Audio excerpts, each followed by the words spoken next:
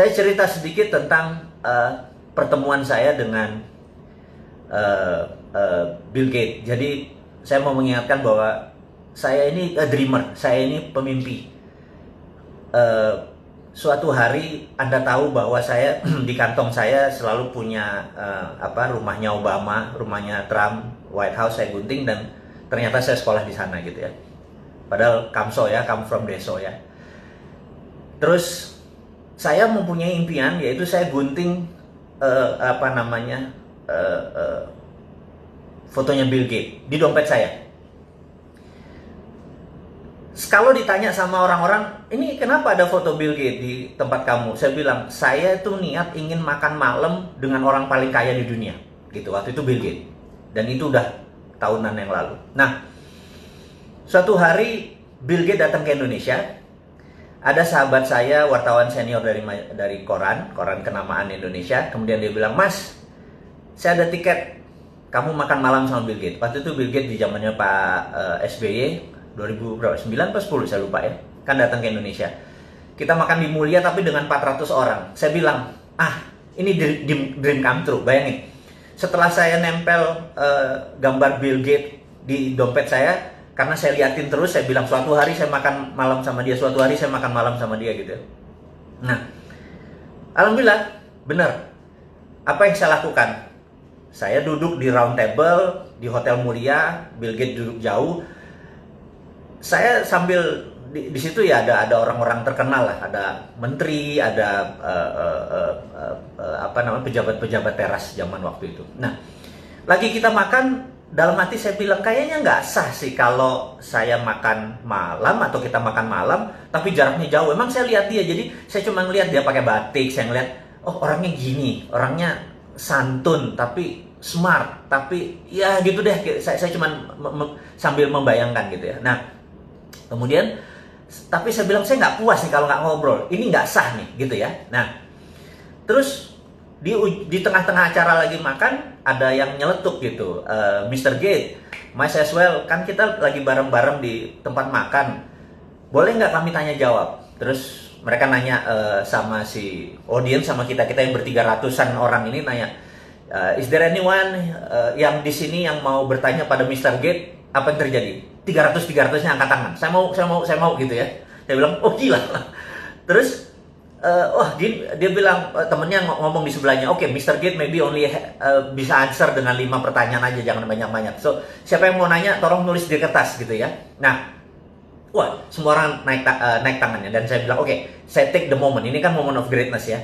Saya ambil kertasnya, saya tahu kan teman-teman tahu bahwa saya memiliki sebuah keilmuan, ya ilmu kuno sih, ilmu nggak keren-keren banget bagaimana memprogram pikiran bawah sadar seseorang. Saya bilang, dia pasti baca tulisan saya, dia pasti baca tulisan saya. Saya tulis gitu ya, saya lipat, saya taruh. Oke.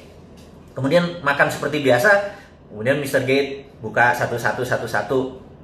Terus, udah selesai makan nih, terus gimana? Ada yang mau nanya? Terus dia bilang, oke. Saya udah pilih beberapa katanya. Terus who is, dia sebut sebuah nama gitu ya.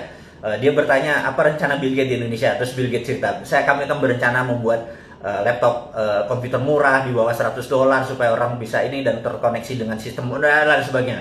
Cita-cita mulia lah, CCM lah gitu ya. Kemudian pertanyaan kedua, who is, dia sebutin seorang menteri gitu ya. Kayaknya dipesen nih. Oke, menteri ini bertanya ini, seorang ibu menteri. Dia cerita. Kemudian dia break lagi.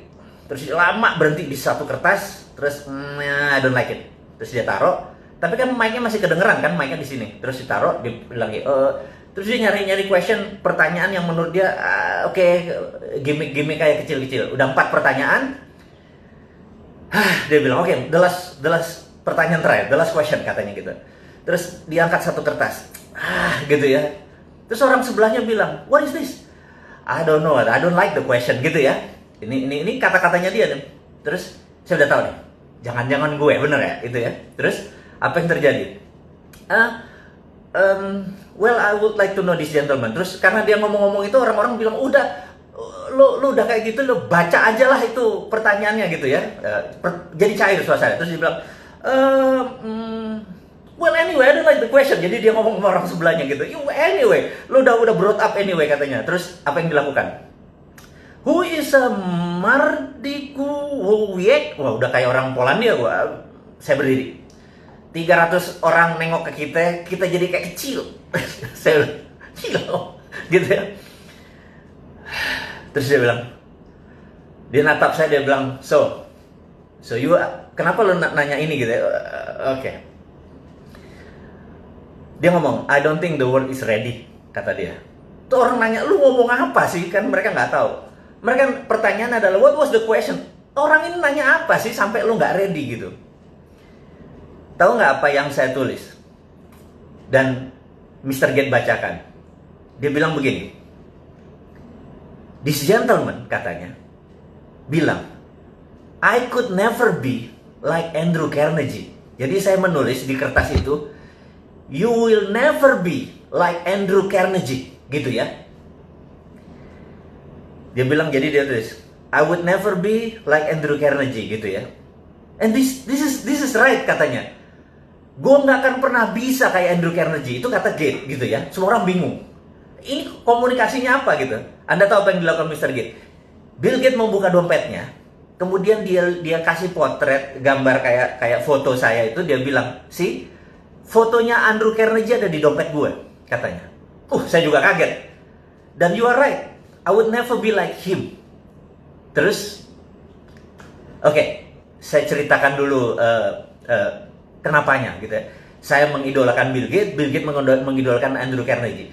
Jadi saya tuh waktu itu berpikir, dalam hidup seseorang pasti punya punya drive yang membuat dia menjadi segitu powerful seperti sekarang. Dan pasti ada role model.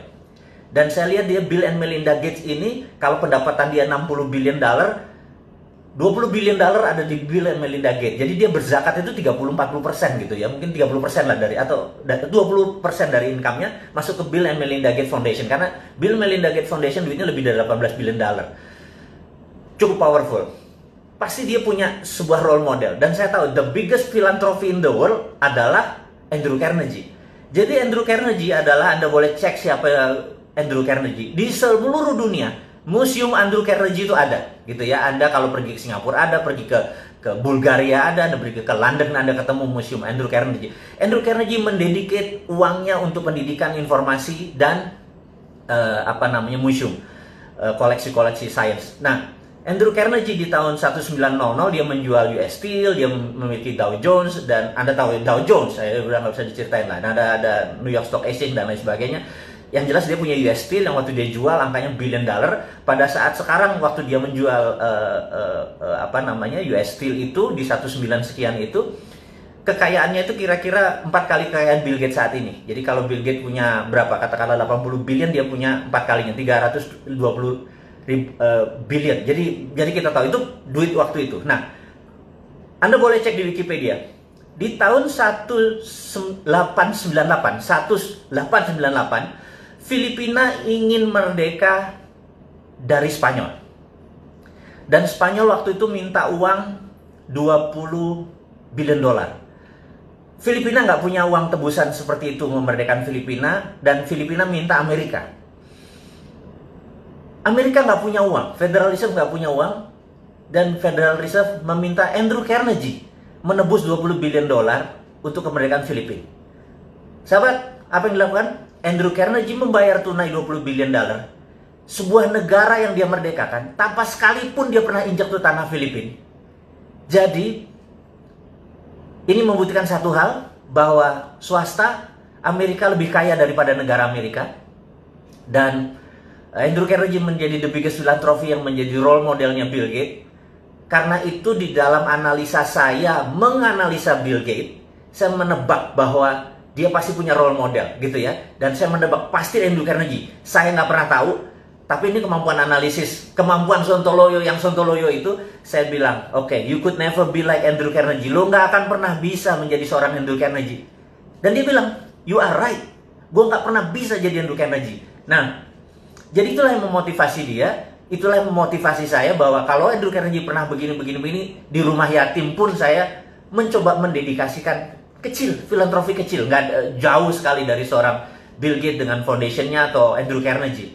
Tapi ini gamesnya, mau jadi the best of the best ya. Ya kita berkompetisi dengan the best, berkompetisi dengan Andrew Carnegie gitu ya, bukan berkompetisi sama 4L gitu ya, itu bukan kompetitor kita gitu. Dia pernah ya gitu, kompetitor kita gini, bukan kompetitor, role model gitu ya, dan kita bersaing sehat. Sahabat semua, terima kasih atas perjumpaan hari ini, sukses buat Anda semua, semangat buat Anda semua. Wassalamualaikum warahmatullahi wabarakatuh.